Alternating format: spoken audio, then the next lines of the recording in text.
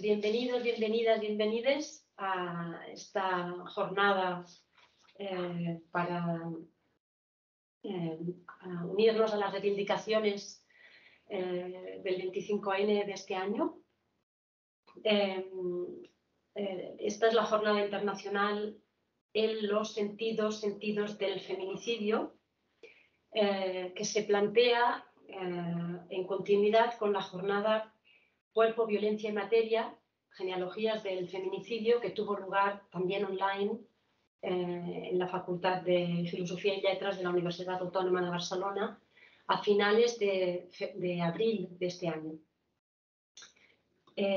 La jornada se organiza en 3 bloques relacionados entre sí, que remiten al concepto con el que Birkano, a quien tenemos entre nosotras, filósofa investigadora del CONICET, contribuyó hace algunos años a la discusión en torno al estatuto conceptual del feminicidio y en particular a su razón. Los 3 bloques son, el primero son consideraciones iniciales para una crítica a la razón femicida, en el que vamos a contar con las reflexiones de Birkano. El segundo bloque lleva por título Formas y usos de la razón femicida, que contará con las comunicaciones de Stefania Fantauci, de la UAB, Irene Gómez Franco, colega también de la UAB, Carmen González Marín, de la Universidad Carlos III de Madrid, y Nuria Sara Miras Boronat, que también tenemos aquí ya, de la UB, y yo misma. Y el tercer bloque es el bloque que lleva por título Escenarios y fines de la razón femicida, que nos traerá en algún momento de nuevo a Alejandra Castillo, filósofa feminista de la UNCE, la Universidad Metropolitana de Ciencias de la Educación, en Chile. Bueno, sin más preámbulos, nada, todas muchísimas gracias por aceptar esta invitación a tomar filosóficamente la violencia machista a las puertas de este próximo 25N. Birk, adelante, tienes la palabra. Bueno, muchas gracias, Begoña, por la invitación y por abrir nada, es grato compartir espacios desde distintos territorios para pensar estas cuestiones que nos atraviesan, que nos preocupan y que nos motorizan, ¿no? Yo quería comenzar, tengo un PowerPoint, ¿se puede compartir? ¿O no es necesario, pero si se puede, genial.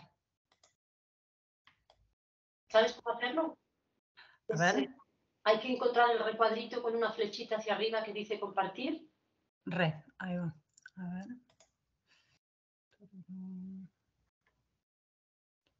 ¿Lo encuentras? Sí. No es fácil encontrarlo, esto ya es un mérito.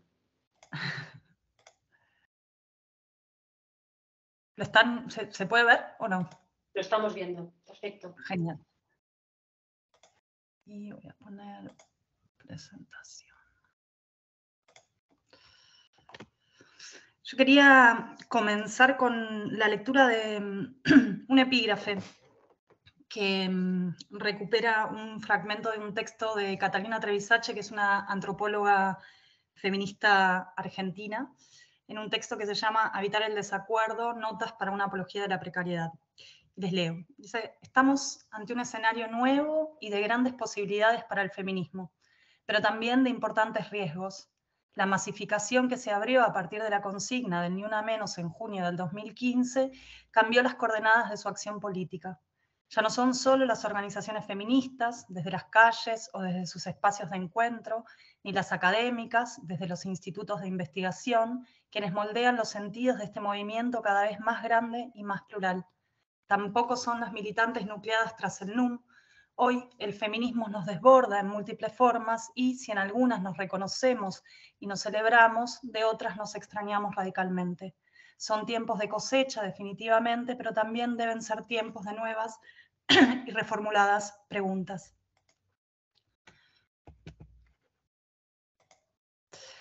Me interesaba partir de este texto de Cata porque sitúa un poco las disquisiciones que voy a realizar, digamos, lo que voy a compartir con ustedes. Primero, recordar que yo escribo desde Argentina, ¿sí?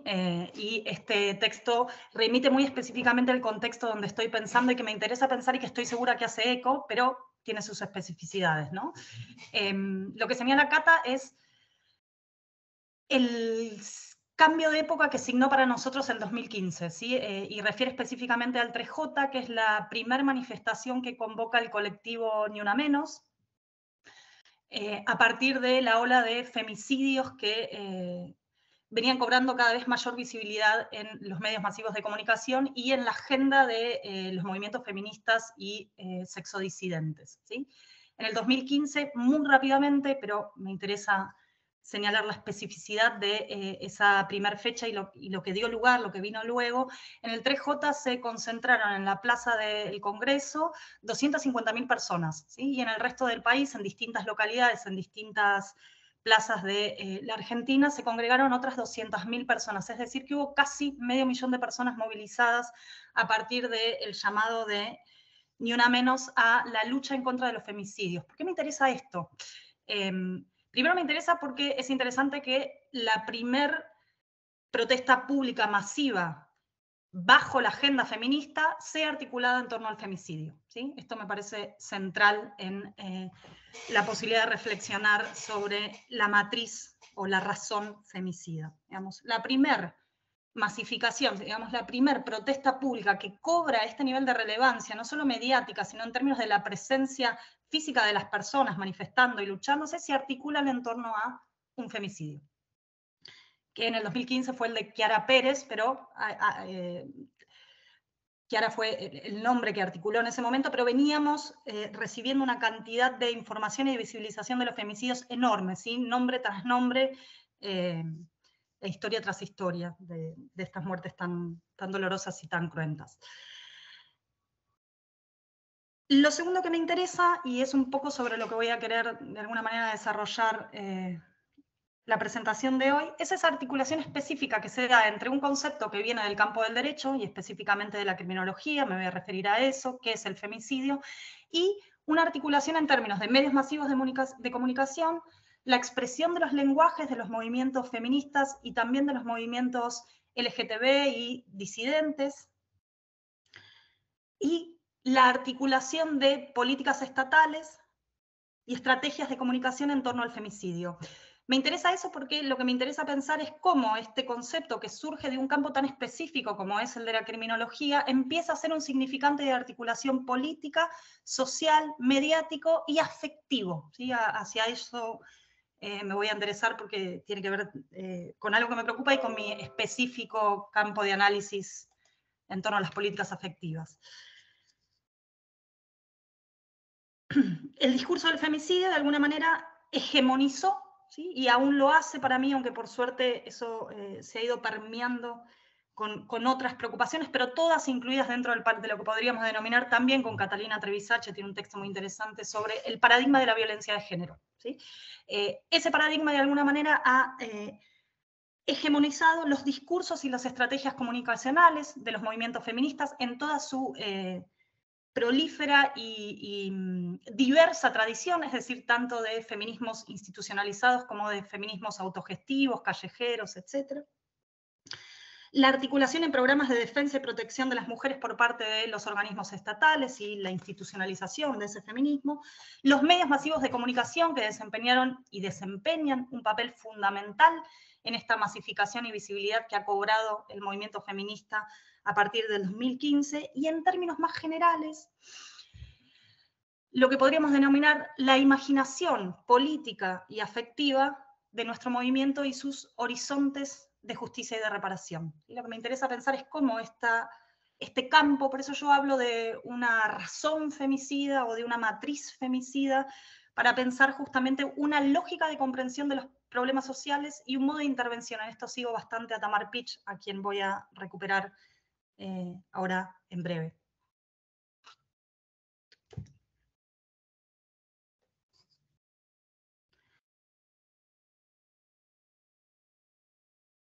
Entonces, lo que me interesa pensar es cómo este campo, ¿sí?, o esta matriz del femicidio no solo ha propiciado ese cambio de época tan radical que implicó la masificación y la fuerte visibilización del movimiento feminista y en términos generales de los movimientos sociosexuales en mi contexto, pero esto claramente se ha replicado en otros contextos. Y en segundo término, lo que podríamos llamar los desbordes jurídicos, digamos, la manera en que es posible pensar cómo un concepto que viene de un campo tan específico de la arena criminológica pasa a contaminar de alguna manera, ¿sí?, a proponer un marco perceptual y afectivo, podríamos decir con Judith Butler, que desborda con creces la arena jurídica. Por eso me interesaba empezar en esa genealogía específica. Esa genealogía es injusta, por supuesto, porque el 3J concentra una historia y una genealogía mucho más amplia, pero me interesaba simplemente como un momento que signa un cambio de época, ¿sí?, que es un umbral, y el umbral, por supuesto, que recoge un pasado y abre a una perspectiva futura, pero algo nos pasó allí, ¿no? Y porque toda genealogía es un poco injusta, pero me interesa el movimiento previo también, ¿se entiende? Simplemente que para los fines de esta exposición creo que es suficiente al menos con situar, con datar ese momento de explosión de este paradigma, ¿sí?, y de lo que movilizó en términos sociales y políticos la figura del femicidio. Voy a estructurar la exposición en 3 momentos. Uno que tiene que ver con recuperar la genealogía del concepto del femicidio, porque me interesa ese origen específico del término y cómo ese término era una intervención en la arena penal, ¿sí?, específicamente en el derecho penal. En segundo término, quisiera recuperar algunas de las críticas que se han desarrollado en torno a esta lógica o esta razón o esta matriz femicida. Voy a recuperar muy específicamente a Tamar Pitch y algunas consideraciones de otra jurista feminista, ya no italiana como Tamar Pitch, sino argentina, que es Iliana Arduino.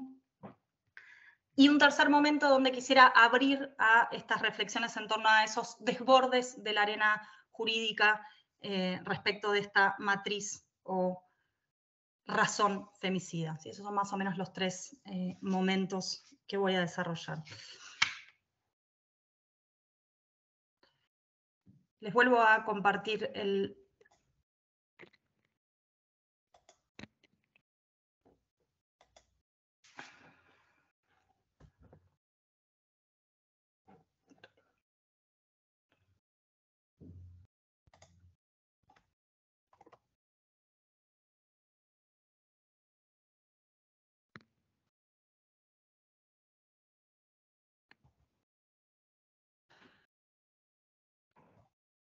El término aparece en su arena pública, digamos, por primera vez en Bruselas en 1976 en el Tribunal Internacional de Crímenes contra las Mujeres, ¿sí? Y lo acuña Diane Russell, de quien tenemos un texto muy importante y fundante en relación a este concepto. Y me interesa situar nuevamente la intervención que intentó hacer, y que hizo, de hecho, este concepto de femicidio en la arena jurídica penal. En primer lugar, lo que quisiera resaltar es que el término intentaba, de alguna manera, dar cuenta del carácter estructural de esa violencia patriarcal, eso que ahora denominaríamos la violencia heterosis normativa, proponiendo una lectura generalizada de este caso de violencia extrema. Lo que hacía justamente el término, de alguna manera el concepto, ¿sí?, era proponer una clave de intelección de los crímenes contra las mujeres que diera cuenta de las condiciones sociales y estructurales en las cuales se insertaba.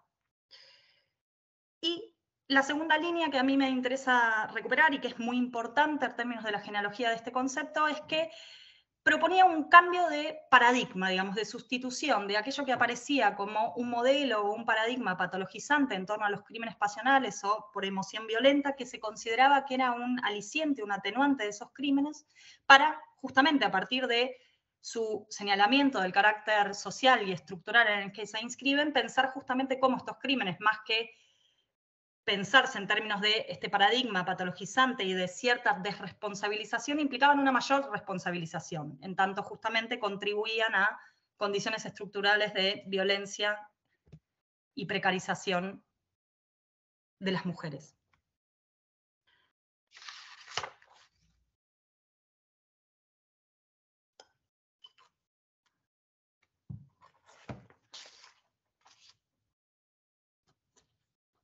dos cuestiones entonces fundamentales respecto de la emergencia de ese término. Uno, aparece en el marco de las discusiones de la tipificación de crímenes en contra de las mujeres, por eso la definición inicial es crímenes en contra de las mujeres a manos de varones.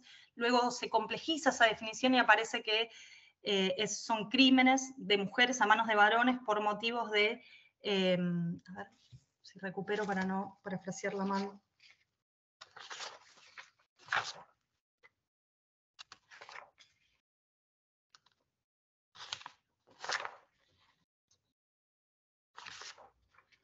Bueno, no lo encuentro, pero por propiedad, celos, odio hacia las mujeres aparece una cierta tipificación muy ligada a los afectos, de hecho. Entonces, lo primero es señalar que es un término que emerge en el campo de la tipificación de crímenes en contra de las mujeres. Es decir, tiene una aparición muy, muy puntual. Y segundo, señalar estas dos líneas que a mí me interesan de esta genealogía. Primero, cómo propone una sustitución de un paradigma por otro, frente a lo que parecía como el paradigma de los crímenes por emoción violenta, ¿sí? O por crímenes pasionales y que se leían en términos de un aliciente. Se propone justamente que el femicidio, al revés, digamos, es un crimen que corona una violencia sistemática y social y que se tiene que inscribir en ese marco, ¿sí? En el marco de un crimen de odio, diríamos. En Argentina, el Código Penal se modifica en el año 2012, ¿sí? El femicidio pasa a ser un agravante, justamente. Eso es importante para la genealogía del 2015, ¿sí? En el 2012 aparece la modificación del Código Penal.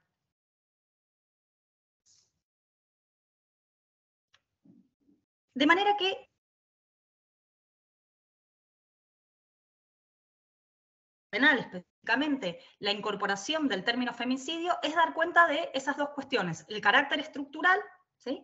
Y por otro lado, el carácter de agravante, digamos, de este tipo de crímenes en contraposición a los modelos previos que justamente lo pensaban como un aliciente, ¿sí? Como algo que atemperaba de alguna manera ese tipo de crímenes.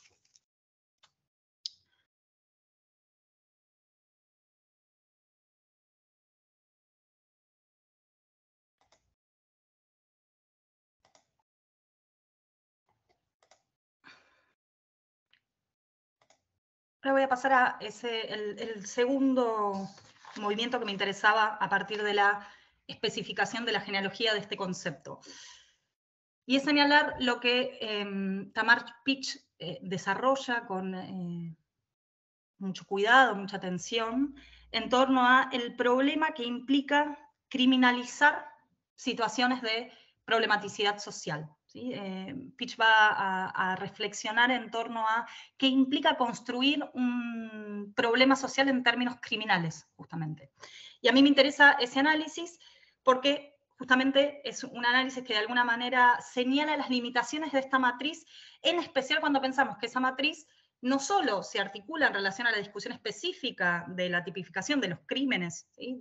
Hacia las mujeres, sino que pasó a ser una clave de articulación y de intelección social mucho más amplia, ¿sí? Insisto, están los medios de comunicación, están nuestras canciones, en nuestros stencils, ¿sí? Ha cobrado una polifonía ese concepto que viene del campo específico y tan limitado como es el campo jurídico y penal, que requiere justamente este reparo epistemológico. Yo empecé partiendo con la cita de Cata Trevisace porque situaba el 2015 argentino específicamente y porque decía dos cosas que a mí me interesan en estas preocupaciones que motorizan este intercambio. Y es que es un momento celebratorio en muchos sentidos, ¿sí? Porque el feminismo efectivamente ha cobrado un rol social para muchos de nosotros incluso inesperado, hace algunos años al menos, y por otro lado porque ese momento de florecimiento, de visibilización y de masificación, que es sumamente celebrable, eso que Catalina menciona como un tiempo de cosecha, requiere también de, dice ella, nuevas preguntas, ¿sí? De un cierto reparo político y epistemológico del que el feminismo sabe tanto, por otro lado. ¿Sí? Esperemos que este movimiento de celebración y de visibilidad no borre esa tradición tartamuda y esa tradición de autorreflexión crítica que ha sido tan vital para nuestro movimiento y nuestros programas nuestros programas no, nuestros modos de encarar la lucha y este deseo de transformación que nos mueve y nos conmueve, ¿no? Les decía que entonces me interesaba recuperar en esta tesitura más problemática y crítica los desarrollos de Tamar Pitch en torno a los problemas de la matriz criminológica. Aquí les vuelvo a compartir un poquitito. Comparto y dejo de compartir porque si no, no les veo, ¿sí? Por eso no tengo todo el tiempo el PowerPoint y es como feo hablarle a una pantalla. Así que por eso voy y vuelvo. Si es medio molesto, igual díganme.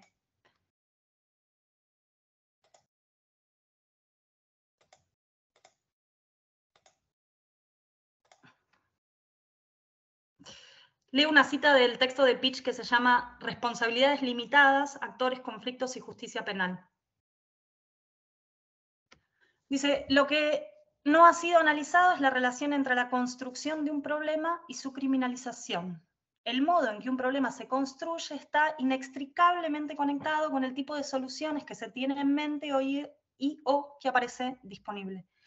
Y una segunda cita de Iliana Arduino, de un texto que se llama Feminismo, los peligros del punitivismo, que dice, el ensañamiento con los victimarios está bien lejos del desmantelamiento de las condiciones de violencia y por tanto de la justicia en clave feminista. ¿Qué dice Pitch? ¿Sí? Voy a recuperar en términos bastante esquemáticos lo que ella considera del problema de construir un complejo problema social como es el de los femicidios en términos criminológicos, ¿sí? Y cómo eso no solo construye de una manera específica el problema, sino que hace disponible o no soluciones a ese problema. Lo que va a señalar Pitch es que esta construcción punitiva, podríamos decir, del problema, de los problemas sociales, provoca una, va a decir, reducción de la complejidad del problema, una expresión delictiva. Hablan incluso de una simplificación cognitiva del problema, ¿sí? Una simplificación cognitiva del problema. Esa simplificación tiene dos líneas fundamentales. El carácter dual del dispositivo y la reducción de las posiciones sociales a unas únicas dos posiciones sociales subjetivas que serían opuestas y binarias, y, en segundo término, la personalización del problema.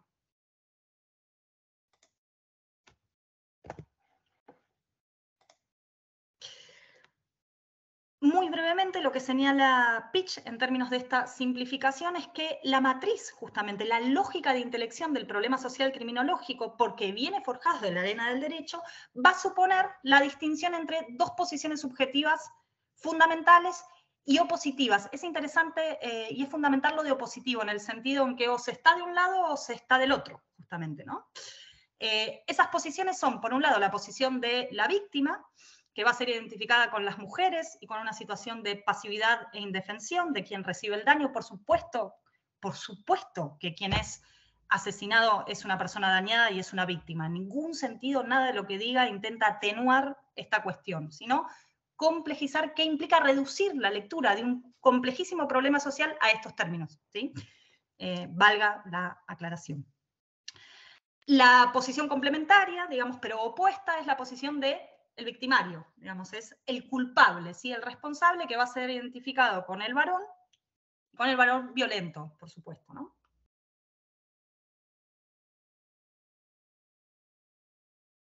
Entonces, por un lado, construcción binaria y opositiva de las posiciones sociales, y en segundo término, la individualización del problema, la personalización. Como sabemos, el derecho penal específicamente, aparte, es un derecho personalísimo, digamos, es un derecho individual, digamos, solo puede auscultar responsabilidades individuales.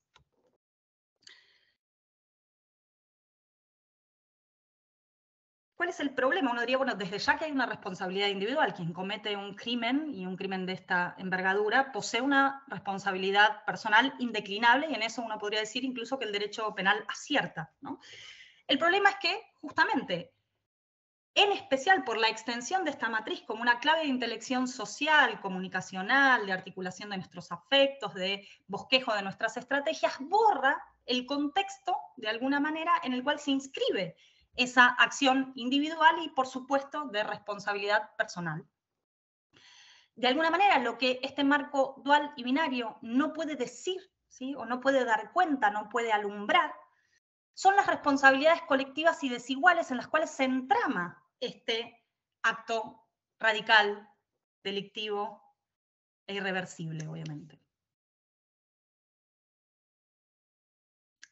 Y acá me interesa la genealogía. Si el concepto de femicidio lo que buscaba era dar cuenta de las condiciones estructurales y sociales en las cuales se insertaba este crimen específico, es interesante que esa clave de lectura en su extensión social, por así decirlo, es decir, en su desbordar la arena del derecho, muchas veces acaba borrando esas condiciones estructurales en las cuales se inserta esta acción y este crimen específico hacia las mujeres. Hay una cita que a mí me gusta mucho, que les voy a leer.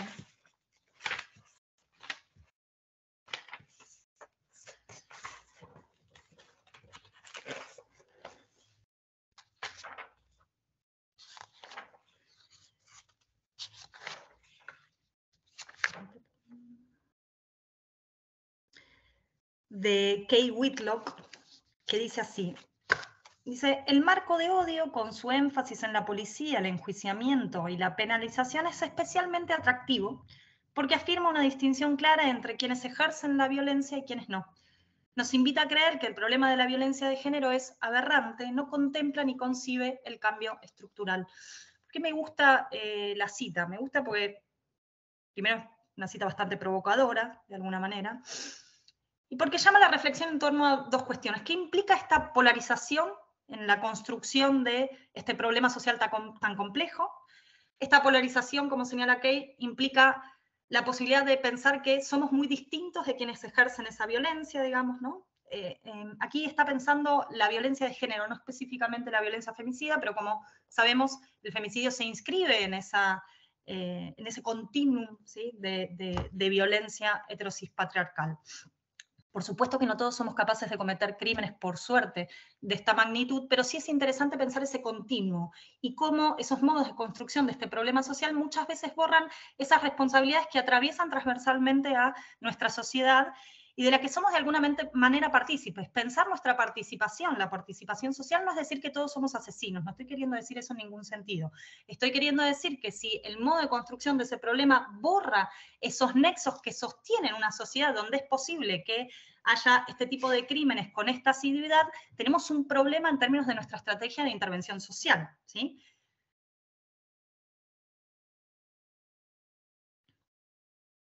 Por eso, señala Kay, este tipo de aproximaciones parece no contemplar el cambio, dice, estructural. De alguna manera, esa construcción tan binaria y radical de otredad, justamente en torno a la figura del femicida, muchas veces borra esas responsabilidades colectivas, los entramados sociales en los cuales emergen estos crímenes que son radicales, pero que se insertan en un continuum de violencia, podríamos decir. Acá habría que hacer un montón de reparaciones teórico-conceptuales, pero para los fines comunicativos diríamos de violencias, agresiones, inequidades, precarizaciones. Pienso que habría que pluralizar justamente ahí los términos en los que nos aproximamos. A partir de los cuales se vuelve inteligible este tipo de actos tan radicales. Pensar un cambio estructural quizás tendría que ver justamente con la posibilidad de pensar esas condiciones estructurales, colectivas y sociales en donde es posible comprender este tipo de crímenes particulares. Y eso parece ser lo que se borra de alguna manera en la extensión y masificación de este paradigma femicida, al menos en ciertas derivas discursivas y comunicacionales.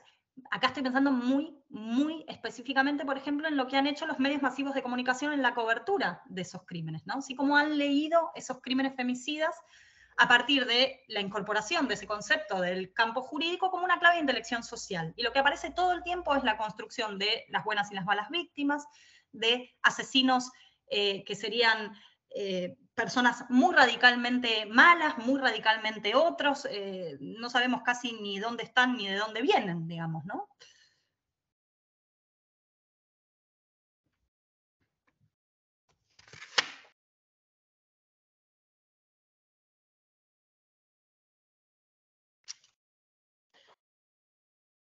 Y el tercer momento, y ya estoy un poco en ese tercer momento, tenía que ver con pensar justamente la productividad, por así decirlo, de esta razón femicida, ¿sí? de esta matriz o de este marco.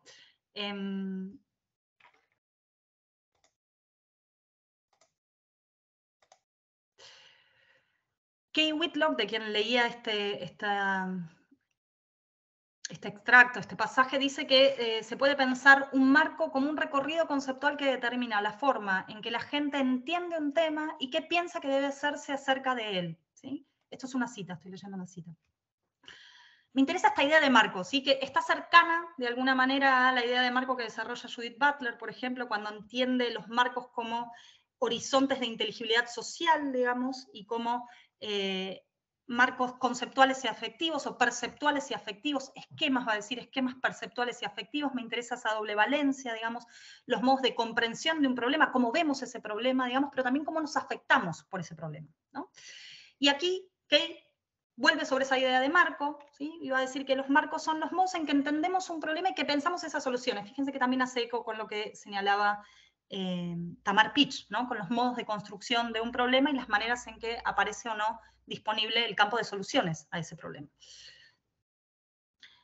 ¿Por qué me interesa esta figura del marco? ¿Sí? Me interesa esta figura del marco para pensar justamente esos desbordes de la arena jurídica. Y aquí quisiera decir una cosita más para ya meterme de lleno en los desbordes, por así decirlo.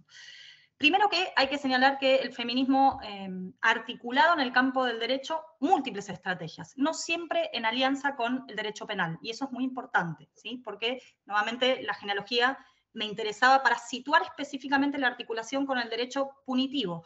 No me voy a extender respecto de todos los problemas que supone la alianza entre el feminismo y el derecho penal y, en términos generales, los poderes represivos del Estado, ¿sí? Basta recordar, y aquí tenemos extensos y muy agudos análisis, por ejemplo, de los movimientos antirracistas en torno a el sistema carcelario y el fuerte racismo que lo motoriza, incluso el feminismo ha articulado muchas veces la mirada misógina que supone ese sistema carcelario, ¿sí? Hay un problemón, por así decirlo, cuando nuestra articulación se da con un sistema que es xenófobo, misógino, capacitista, racista, cisexista, etcétera, etcétera, etcétera, ¿sí?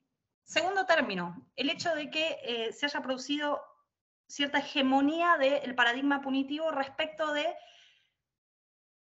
la deflación de otras estrategias en las cuales hemos articulado y trabajado históricamente. Pienso, por ejemplo, en Argentina, muchas intervenciones a nivel del derecho, por ejemplo, ley de educación sexual integral, ley de matrimonio igualitario, ley de identidad de género, y podríamos seguir pensando, son todas estrategias jurídicas no punitivas, ¿sí? Segundo, y un poco recuperando eso que leía de Kay, ¿por qué se ha vuelto tan atractivo el marco punitivo? Y esa es una pregunta que a mí me interesa particularmente. Digamos, ¿por qué podemos hacer esta genealogía y esta reconstrucción del movimiento de masificación y de mayor visibilización y de auge del feminismo a partir de su articulación con un concepto que viene de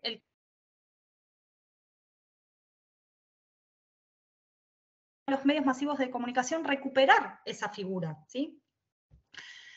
Bueno, que tira una línea ahí importante, y es, permite esta construcción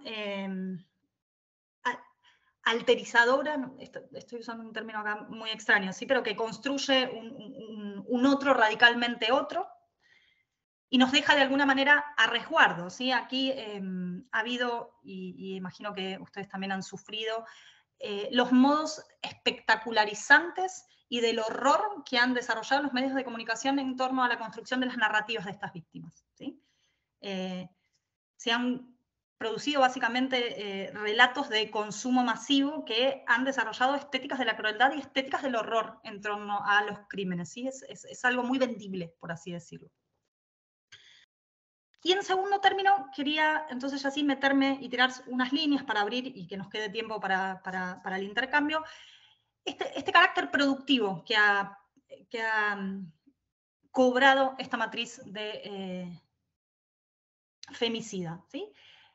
Por un lado, ha propuesto, y aquí voy a abrir 3 líneas y las dejamos para recuperar en la discusión. Primero, ha propuesto un modelo de construcción de problema y de solución de esos problemas que desborda la arena legal. Y nosotros hemos visto cómo ese marco punitivo, y sobre esto los movimientos de la disidencia sexual sudaca han escrito muchísimo y se han preocupado muchísimo, un modelo de resolución de problemas interpersonales y al interior de nuestros colectivos. ¿Sí? Y ahí podemos pensar en la figura de los scratches, las denuncias públicas, las expulsiones. Son todas maneras que de alguna manera recuperan algo de esa matriz y de ese modo de comprensión y de intervención en el problema por fuera, completamente por fuera de la arena jurídica. ¿Sí? Los modos en que resolvemos, por ejemplo, nuestros conflictos al interior de las organizaciones o nuestros problemas interpersonales sin recurrir a ninguna institución, seguro no recurriendo al derecho penal, sin embargo, aparecen de alguna manera moldeados por esa matriz jurídico-criminológica.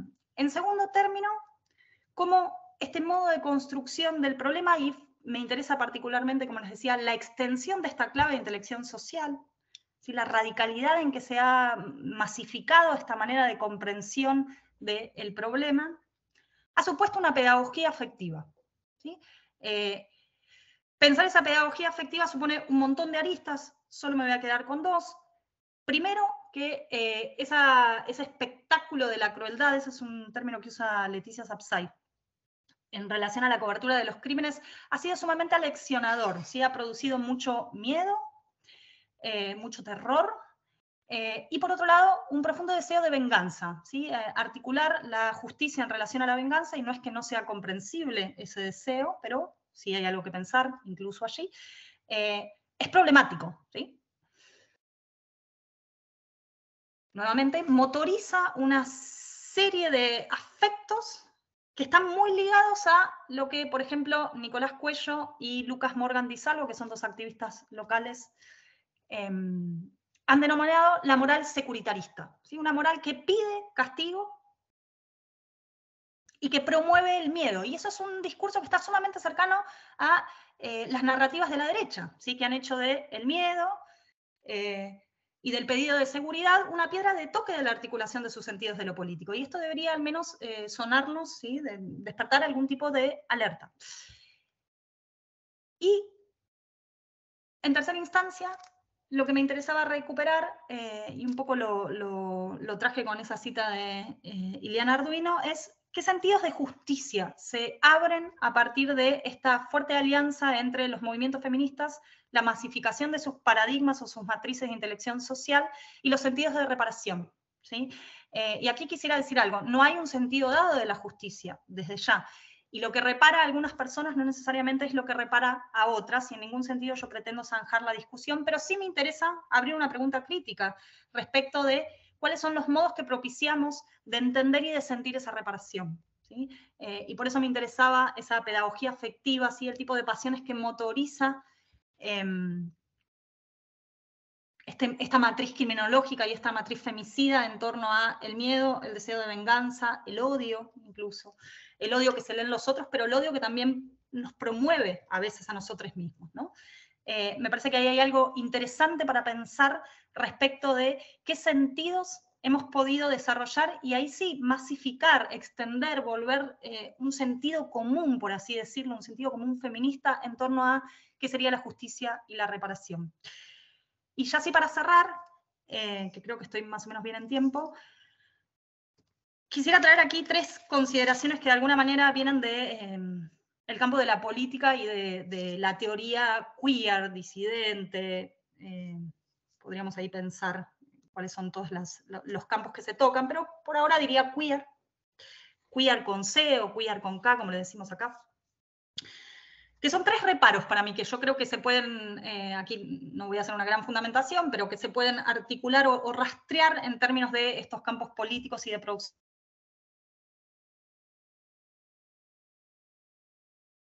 3 ítems para mí que sirven muy bien para pensar el problema de esta masificación y esta...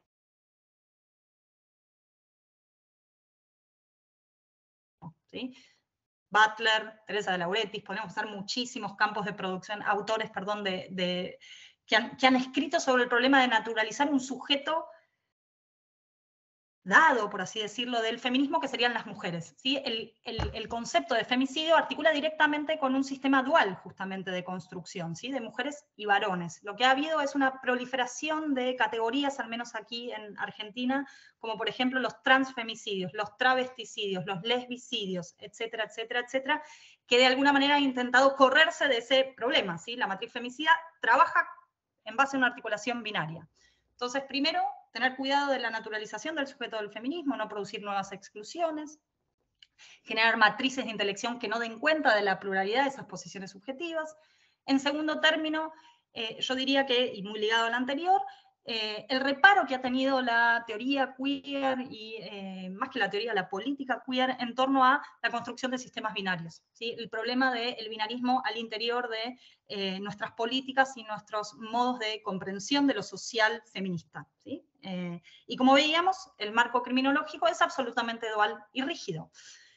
Y por último, y con esto cierro, y aquí yo les comentaba, ha habido una fuerte producción activista, tanto teórica como de intervenciones callejeras, etcétera, respecto del problema de la construcción de una matriz punitiva. ¿Sí? Cómo efectivamente la masificación de este concepto del femicidio ha propiciado lo que aquí llamamos el giro punitivista del feminismo, es decir, un feminismo muy centrado en el derecho punitivo y muy articulado en relación a la idea de que la justicia se construye en base a el crimen y el castigo, digamos, ¿no? Bueno, todas las derivas punitivistas para aquellos que trabajan en una mirada más interseccional, digamos, atentos a las cuestiones de clase, migratorias, capacitistas, etcétera, etcétera, señalan como un problema, ¿sí? Yo decía, bueno, esta alianza entre el feminismo y el sistema carcelario es muy, muy problemática, ¿sí? Supone casi a veces una amnesia respecto de los problemas que históricamente venimos señalando en el sistema carcelario.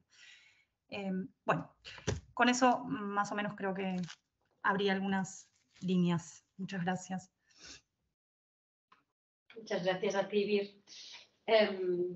Bueno, sin duda, sí, muchas cuestiones, diríamos, estructurales, ¿no? Que tocan de lleno esta, bueno, por un lado, la razón femicida, también su genealogía, su materialización histórica, su historia material, podríamos decir, ¿no?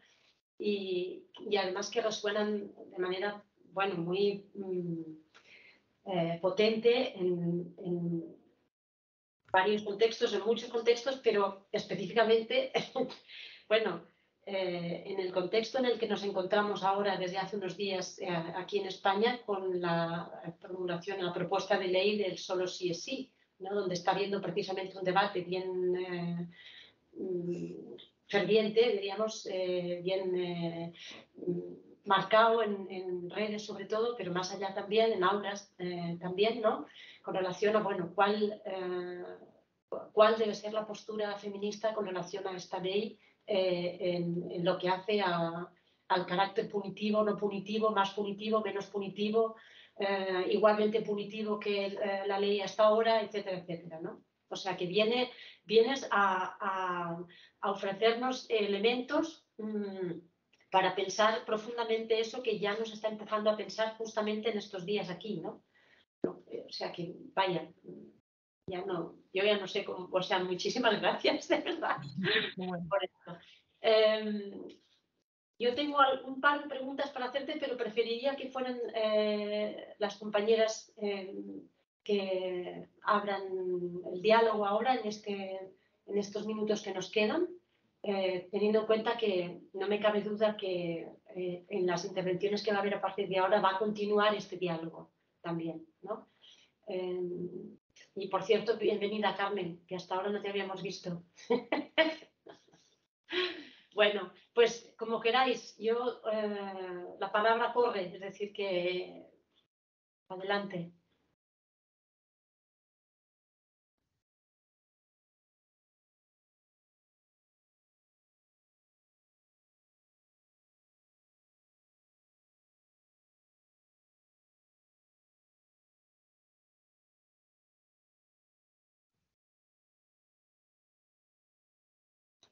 Bueno, al final voy a romper yo el hielo de todas maneras, por lo que veo. Una primera cuestión que quería plantearte justo porque lo has apuntado ahí y lo has dejado como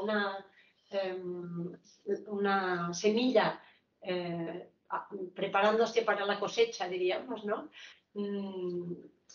Es la cuestión de la imaginación política, o imaginación afectiva también, ¿no?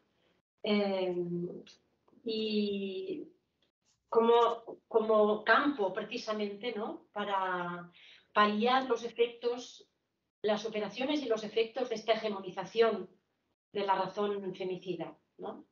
En todo el despliegue, diríamos, bueno, como tú ya planteabas, recogiendo una cita de Foucault en el texto que escribiste, ¿no? En 2016, en la conferencia, en la jornada de 2016, ¿no? Recuperabas ese planteamiento Foucaultiano con relación a, bueno, la producción, la proliferación de subjetividades, ¿no? Entonces, bueno, ¿qué nos ofrece esa imaginación política? ¿Cómo puede ser? Es un campo fértil, ¿no? Para, no sé si, sobre todo como imaginación afectiva, ¿no? No sé si para frenar los desbordes de la razón femicida o para acelerarlos de modo que esa razón femicida pueda salir de su eje o salir de quicio o verse sí, desajustada, ¿no? De alguna manera tocando estructura, por decirlo así, ¿no? Esa sería una primera cuestión. Sí, hay una cita de Angela Davis, de su texto, el texto clásico, Son obsoletas las prisiones, que dice: nuestro desafío más difícil y urgente hoy es el de explorar creativamente nuevos terrenos de justicia donde la cárcel ya no funcione como nuestro anclaje principal. Pues es una muy buena cita para pensar justamente esta cuestión de la imaginación político-afectiva. Me parece que el problema de la matriz punitiva es que limita y encorseta esa imaginación política a la lógica del crimen y el castigo, justamente, ¿no? Y si bien uno puede entender que esa lógica del crimen y el castigo puede ser una buena respuesta a la historia de la impunidad, ¿sí? Por supuesto que aquí nadie está, imagino, a favor de la impunidad, sí es interesante que pueda ser, a su vez, una manera de encorsetar nuestros modos de pensar soluciones y de mapear el problema, digamos. Yo pienso que ahí Angela Davis es una invitación, justamente, ¿no? Y es, bueno, ¿qué otros sentidos de la justicia podríamos imaginar? ¿Qué otros sentidos de la reparación somos capaces de sentir, digamos, ¿no? Incluso, no porque nuevamente, no es que nada, al menos de lo que yo diga, esté a favor de la impunidad de asesinos. En ningún sentido tiene que ver con eso.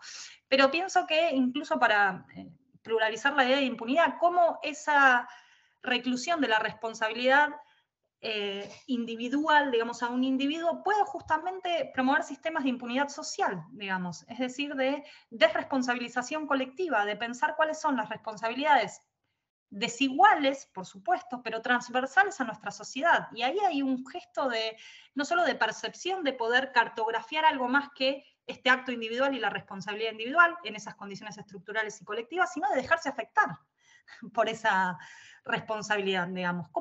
¿Qué tenemos que ver cada uno de nosotros? ¿O qué tienen que ver nuestras instituciones en los modos de sostenimiento que llevan en estos casos tan radicales a estos crímenes? Entonces, no es solo la posibilidad de interpretar, digamos, y de proponer claves de interpretación social que den cuenta de esa complejidad estructural y colectiva en la que se insertan estos actos, sino de dejarnos afectar, digamos, de dejarnos conmover. Hay algo de lo que dice Kay que a mí me gusta mucho en relación a, bueno, quizás el problema de esta matriz femicida es que nos deja muy tranquiles, ¿sí? Muy a resguardo, muy seguros de nosotros mismos. Y eso es problemático para nuestros objetivos, digamos, que son, creo, estimo, entiendo, la transformación social y colectiva. Esa transformación social y colectiva tiene que apelar a la responsabilidad individual, digamos, y más que individual, colectiva y comunitaria, ¿sí? Pensar justamente ese entramado que nos interpela. Y pienso que muchas veces la matriz punitiva no permite eso, obtura absolutamente esa posibilidad.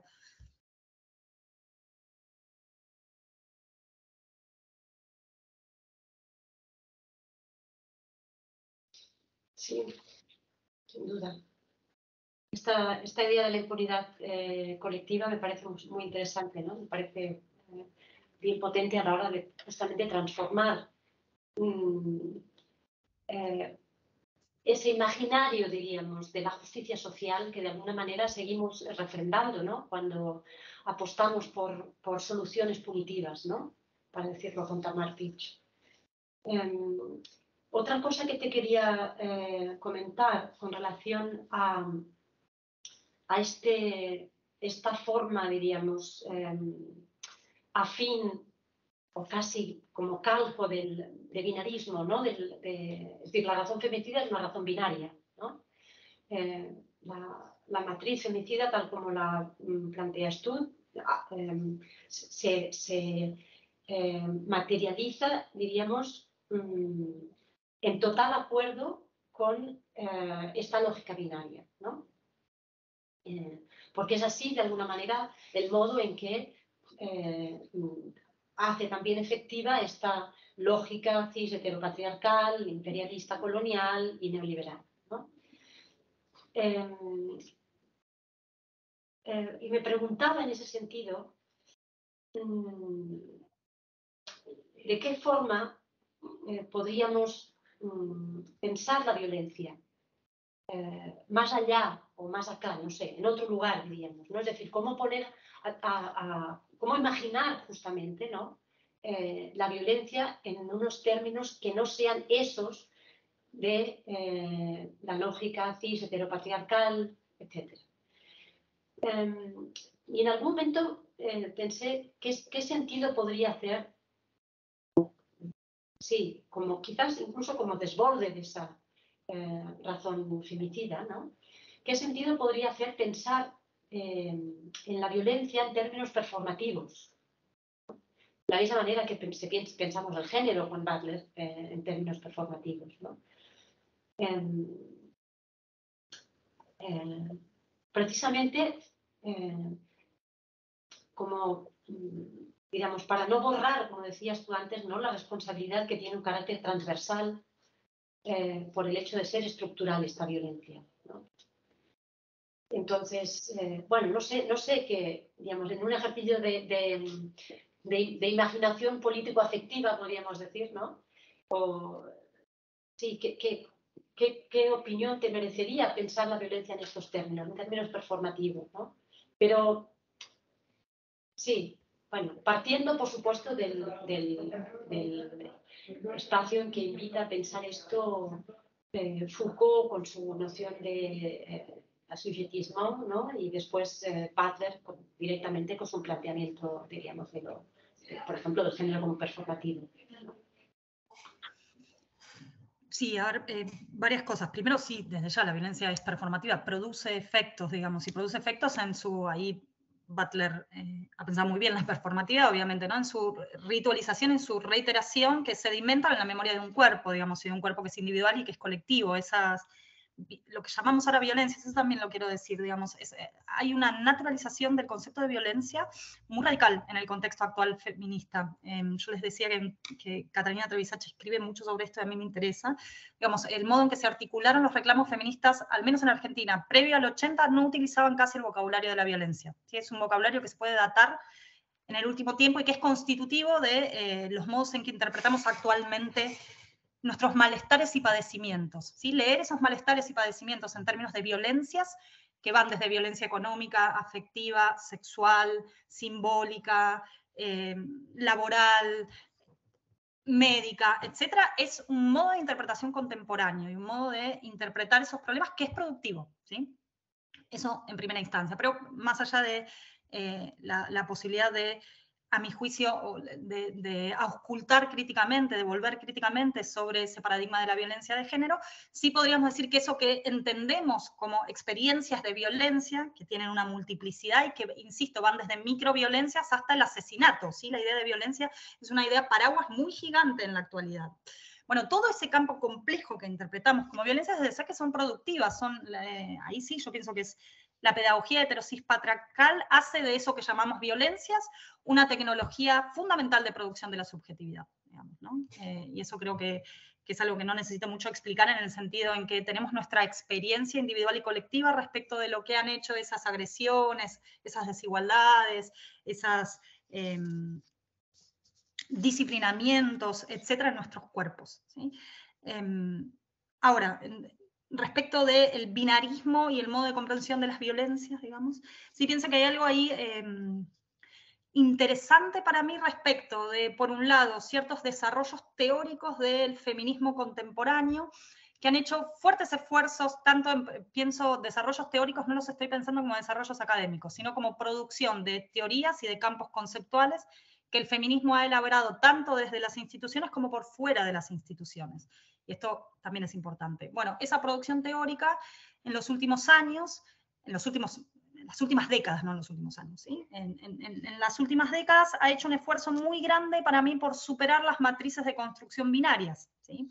Y ahí Foucault es un referente para mí, digamos, de cierto paradigma más binario de construcción de la opresión de género, ¿sí? Que ha elaborado el feminismo, ¿sí? Que ha pensado la opresión de las mujeres a manos de los varones, digamos, ese paradigma más clásico, a un paradigma más plural. Y ahí viene bien Foucault, viene bien Butler, viene bien Preciado, y uno podría seguir pensando quiénes están allí, tanto desde la producción institucionalizada de saberes como no académica, pensando esas posiciones plurales y múltiples y no estancas, porque no solo tiene que ver con pensar que no hay solo dos posiciones tan claras y distintas, sino que esas posiciones no siempre son iguales. Y esto también el feminismo lo ha elaborado para mí de maneras muy interesantes.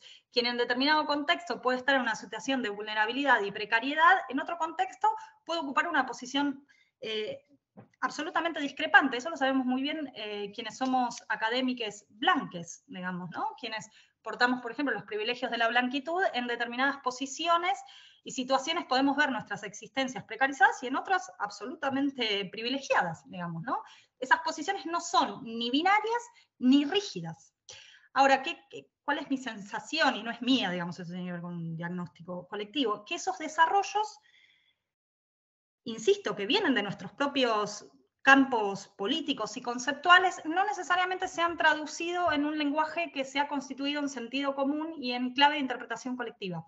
Digamos, yo veo ahí como un desajuste entre ciertas problematizaciones e intentos de corroer y de alguna manera superar ese paradigma binario y rígido y la hegemonización, extensión y masificación de un sistema que sigue apelando al paradigma más viejo, digamos. Entonces creo que hay cierto esfuerzo teórico que lo hemos hecho, digamos, que teórico estoy usando en este sentido amplio, ¿no? de explicitación conceptual, de poder explicar y mapear esos conceptos, esos problemas sociales desde matrices no binarias y no duales, pero que no necesariamente han cuajado en ese sentido común estoy usando entre comillas, ¿no? Esa naturalización del saber feminista, que para mí sigue siendo sumamente binario, de alguna manera es como si se hubiera quedado con un modelo que nuestros propios saberes han intentado deconstruir, y sin embargo, en su momento más, insisto, de masificación, de naturalización de ese saber, incluso de institucionalización, y tenemos un problema enorme para mí, apela a ese modelo más viejo, ¿sí? Que yo creo que es un modelo, no diría perimido, justamente para nada perimido por lo que estoy diciendo, pero sí en términos de nuestros desarrollos críticos, uno diría, bueno, tenemos un montón de claves para complejizar ese modelo. Y sin embargo, ese es el modelo que triunfa para mí, que triunfa en términos no porque no haya pluralidad, ya sabemos que feminismos hay muchos, se dicen de muchas maneras y tienen muchas tensiones interiores, pero es interesante que el vocabulario que llega a los medios masivos de comunicación, que mueve masas, ¿sí? Y que muchas veces se articula en términos de políticas y programas estatales, es un feminismo mayormente binario, y podríamos seguir pensando que no es solo binario, sino que es urbano, que es burgués, que es blanco, y todo lo que podríamos ligar a esos binarismos. Sí, perfecto. Bien, pues muchísimas gracias por tu aportación. Ahora no sé si alguna de las compañeras tienen alguna pregunta, querrían plantear algo o se lo guardan en la presentación que van a hacer. Tenemos una mano levantada, Gary Alejandro. ¿Quieres abrir micro y comentar? No hace falta que abras cámara, pero micro si quieres sí. Gracias, buenos días, un saludo desde Bolivia. Sí, estoy muy emocionado de participar como periodista y también como activista que registra, sistematiza casos de feminicidio en Bolivia. Es muy complicado, pero algo que me llamó la atención es cuando habló de la compañera, perdón, cuando habló de las narrativas de crueldad. Cuando a mí me tocó dar talleres a periodistas, hombres y mujeres al interior de medios, hay unas resistencias patriarcales para cambiar sus narrativas. Realmente justifican, realmente responsabilizan a las mujeres de las violencias que sufren. Me tocó un caso en el que un periodista dijo, no, pero el feminicida nos dijo que la mató porque no quiso cocinar. O sea, no podía creer esa respuesta. Es un estereotipo tan horroroso que al final no es tan así. Las matan porque se creen dueños y se creen propietarios de la vida y la integridad de sus parejas y de las vidas también de sus hijos. Así que no sé si podría conceptualizar ese concepto que me ha llamado mucho la atención para tener un poco más de bagaje y también abordarlo, porque es muy importante la teoría. Muchas gracias. Gracias. Gracias. Sí, está buenísima la pregunta y porque abre a un campo para mí súper problemático, que es cómo son cubiertos los casos de femicidio en los distintos medios masivos de comunicación. En primer lugar, lo que vos señalabas, muchas veces aparece la responsabilización de las víctimas, lo cual es de una perversión radical, ¿no? Culpar a las víctimas de homicidios, de su propia muerte, es, bueno, hablando de revictimización y doblegar la violencia. En segundo término aparece la distinción aquí se ha escrito bastante sobre la distinción entre buenas víctimas y malas víctimas, digamos, qué víctimas despiertan empatía social y qué víctimas son malas víctimas y por tanto no convocan ni conmueven de la misma manera. Y aquí no solo tiene que ver con las maneras en que se narran esas vidas, sino las posiciones sociales y cómo interviene el racismo, el clasismo, la xenofobia, el cisexismo, ¿sí? Algo sobre lo que no desarrollé, pero que es muy notorio y que cada vez que puedo lo digo, es muy interesante ver cómo las convocatorias en contra de los femicidios mueven multitudes, mientras que las marchas en contra de los travesticidios no mueven multitudes. Digamos, bueno, ¿por qué? Digamos, ¿por qué la sociedad civil, digamos, y los medios de comunicación se ven absolutamente conmovidos en un caso y en otro caso parecen más insensibilizados e inmunizados? Digamos, ahí hay una buena pregunta. Y lo otro que sí me interesa, y que no lo desarrollé, pero que aprovecho la pregunta para al menos señalarlo, es que hay una paradoja para mí en los modos en que se han cubierto los casos de femicidios, en el sentido en que aparece muchas veces radicalizada la figura de la víctima, y que la paradoja de ese tipo de coberturas es que no le hace justicia a esas vidas singulares, muchas de las cuales no han sido ni siempre víctimas, ni siempre han ocupado esa posición de sumisión, digamos, en el sentido de quien es doblegado por su victimario, por el agresor, sino que muchas veces son historias de resistencia, que acaban con un castigo ejemplar, pero que condensan esa complejidad, digamos, condensan la complejidad de una vida que no solo ha sido víctima y el depósito, por así decirlo, o el resultado de ese ejercicio de dominación, sino que muchas veces han sido historias de insumisión, ¿sí? Aquí hay, por suerte, algunas coberturas interesantes a ese respecto. Como eso que en términos mayoritarios aparece solo leído bajo la figura de la víctima, en general representan historias de resistencia, de insubordinación, de desacato afectivo, de género incluso, ¿no? Que, insisto, son castigadas y aleccionadas con, bueno, con lo que es obviamente un castigo ejemplar, no para la víctima, sino para el resto de la sociedad. Pero es interesante cómo se cubren esos casos, porque lo que aparece es que la narrativa muchas veces borra todos esos actos de insumisión, de resistencia, y solo da cuenta de el ejercicio de dominación. Y eso es aleccionador, sumamente aleccionador por parte de las narrativas de los medios masivos de comunicación.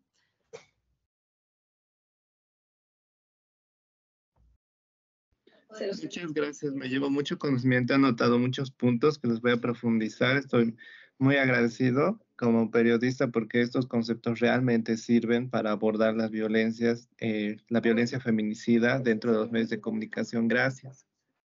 Vos. Gracias a ti. Bueno, ¿qué os parece? ¿Tenemos más preguntas para ir ahora o vamos avanzando? Vamos avanzando. Ok. Muchas gracias, Diez. Te quedas con nosotras, ¿no? De Por momento. supuesto. Muchas gracias. Fantástico.